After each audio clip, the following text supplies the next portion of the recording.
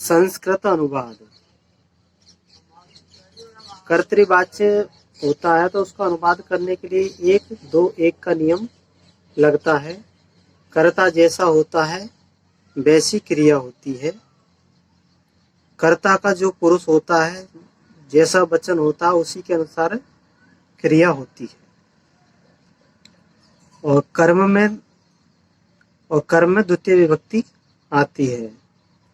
कर्ता की संख्या, कर्ता की जितनी संख्या होगी उसी के अनुसार क्रिया का वचन आता है। यदि वाक्य में तीनों पुरुष दिए हो तो सबसे पहले प्राथमिकता दी जाएगी उत्तम पुरुष को। उत्तम पुरुष नहीं है तो मध्यम पुरुष को, और मध्यम पुरुष नहीं है तो प्रथम पुरुष को मान्यता दी जाएगी।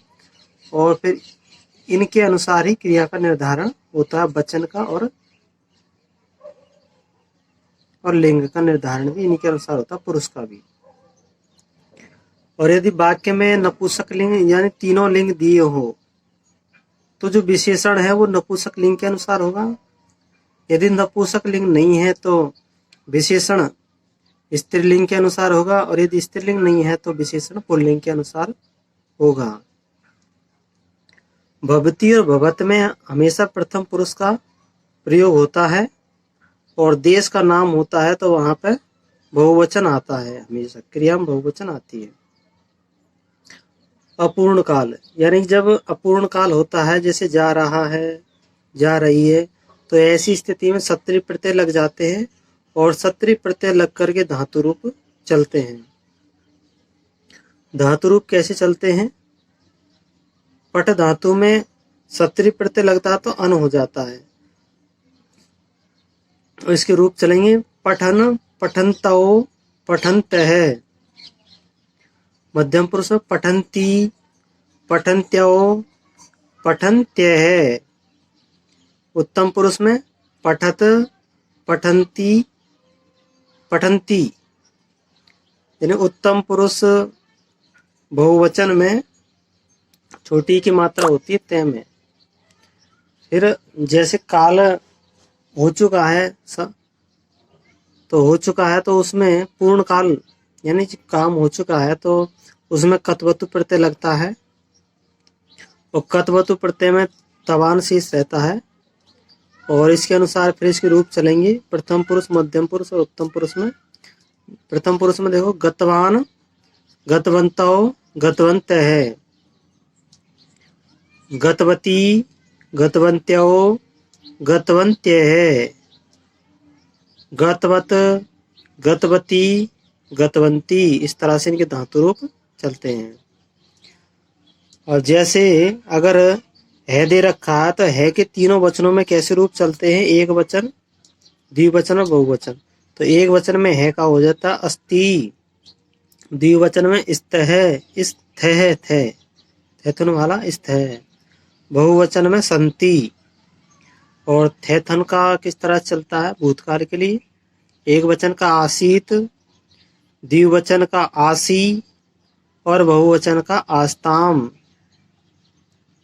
और जब पूर्ण अपूर्ण काल में समय में पंचमी विभक्ति, जो समय शब्द होता है उसमें पंचमी विभक्ति आ जाती है, क्योंकि एक काल से दूसरी काल में प्रवेश करते हैं तो समय शब्द में पंचमी विभक्ति आ जाती है। तो इस तरह से हम हिंदी शब्दों का संस्कृत में अनुवाद इस तरह से करते हैं। अब हम इसके कुछ उदाहरण देखना चाहेंगे तो देख सकते हैं। अब ये देख सकते हैं संस्कृत अनुवाद है, और इसमें किस तरह से इनके रूप चलते हैं वो आप देख सकते हैं। जैसे राम और श्याम पुस्तक पढ़ते हैं तो राम श्याम च पुस्तकम पठते है, तो इसमें क्या हो गया? द्विवचन आया पठते है, क्योंकि राम और श्याम है तो कर्ता द्विवचन के हो गए, तो इसमें द्विवचन ही आएगा, प्रथम पुरुष का द्विवचन। राम श्याम और मोहन पढ़ते हैं तो राम श्याम मोहन च पठन्ति। तो इसी तरह से सबके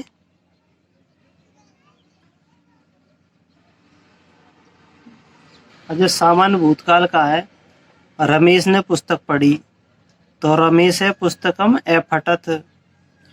पुष्पा विद्यालय गई तो पुष्पा विद्यालयम अगच्छत। जैसे रमेश 2 बजे से पुस्तक पढ़ रहा होगा तो रमेश द्विवादन समयात पुस्तकम पठन भविष्यति। तो पढ़ रहा होगा तो इसमें जो समय में है तो समय समयात हो जाएगा। अब इसका एग्जाम्पल है, इस प्रश्न को उस शिष्य से पूछो। तो इसमें प्रश्न धातु है तो प्रश्न धातु क्या द्विकर्मक धातु है, अतः 2 कर्म होंगे। तो एतम प्रश्नम तम शिष्यम, तो दोनों में क्या है द्वितीय विभक्ति आएगी। साथियों वीडियो को लाइक करना और चैनल को सब्सक्राइब करना। Thank you.